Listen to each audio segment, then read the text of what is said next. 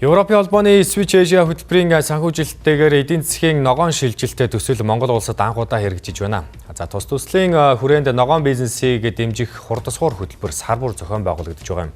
Энэ удаагийн хөтөлбөрт хүнс ус ундааны салбарын 30 гаруй удирдах ажилтнууд хамрагдаж, тойрог эдийн засагт нэвтрэх болон ногоон санхүүжилтийн талаар суралцлаа.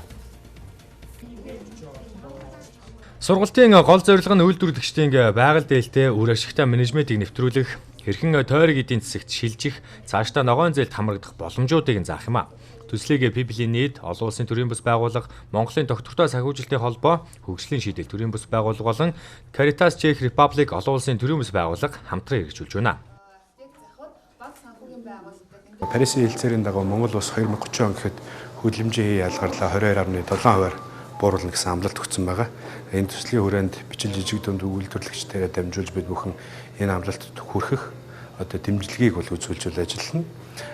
Үүнийхээ зэрэгцээ олон нийтийн хандлага зан үйлийг бас өөрчлөх, эерэг байдлаар өөрчлөх бас тодорхой хэмжээний үйл ажиллагаанууд бол тусгагдсан байна. Ерөнхийдөө бол тойрог эдийн засгийг нэвтрүүлсэн өнөөдөр бичил болон жижиг дунд бизнесүүдэд бол наадзахын санхүүжилтийг татах бүрэн боломжтой болж байгаа. Ялангуяа манай Монгол улсад арилжааны банкуд бүгд ногоон болон эко зээлийг санал болгож эхэлж байна. Түүнчлэн энэ бол зөвхөн санхүүжилт дээр хязгаарлагдах зүйл биш байгаа. Дагаан доктортой хөгжилт бол хувь нэмэр оруулна. Ялангуяа хөлбөмбөгийг бууруулах чиглэлд бол Монгол улсын өгсөн амлалтанд бол бүгд хувь нэмэр оруулж эхэлж байна гэж харж болно. Нөгөөдөгөр нийгэмдээ ээлтэй байх, ялангуяа үүнд бол бидний байнгын асуудал хийдэг залуучуудын, эмэгтэйчүүдийн, тэгээд хөгжлийн бэрхшээлтэй гэж юм. Энэ болон зорилт бүлгийнхнийг ажлын байртай болгох, өөрсдийн доктортой орлоготой болгох, энэ хийж байгаа ажлаараа дамжуулаад энэ амьдарч байгаа ихтгэлхийдээ бас ээлтэй ажиллаж амьдрах юм боломж энэ философиг бас давхар бүрдүүлдэг онцлог байна. Үйлдвэрлэгчид тойрог эдийн засаг руу шилжснээр хог хаягдлыг багасгах, нүүрс төрөгчийн хийн ялгарлыг багасгах, тогтсон хэв загварыг ногоон, байгаль дээлтэй болгон өөрчлөхөд нь тусалж, цаашдаа дэлхийн жишг рүү шилжих боломжийг олгох юм а. Тойрог эдийн засгийг бол аж ахуй нэгжлэлээр бол хэрэгжүүлснээр бид нэр бол яг энэ дэлхийн нийт жижиг хандлагт бол нийцүүлж ирээдүйн 10-20 жилд бол илүү үр дүнтэй ашиглах боломж бол бүрдэх юм байна.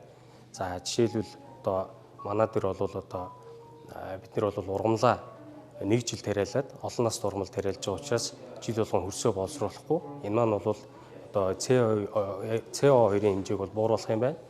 За мөн ингээд бид нар энэ дээр бол хөндлөнгийн аудит оруулснаар ирээдүйд санхүүжилт хөнгөлөлтөө нөхцлөөр зээл тусламж авах нөхцөл нь бүрдэх юм байна. Бүр ингээд томорсон хойноо биш. Анханасаа ингээд энэ мэдээллийг аваад бизнестэй шингээгээд ингээд явах нь илүү зөв сонголт юм байна гэж бодож байна. Хурдсгуур хөтөлбөрийг хөгжлийн шийдэл төрийн бас байгууллага болон Caritas Czech Republic олон улсын төрийн бас байгууллага хамтран Улаанбаатар хот, Орхон, Сэлэнг аймагуудад зохион байгуулж байна. Одоогийн байдлаар 500 орчим хүнсний салбарын хөтөлбөрт хамрагдаад байна.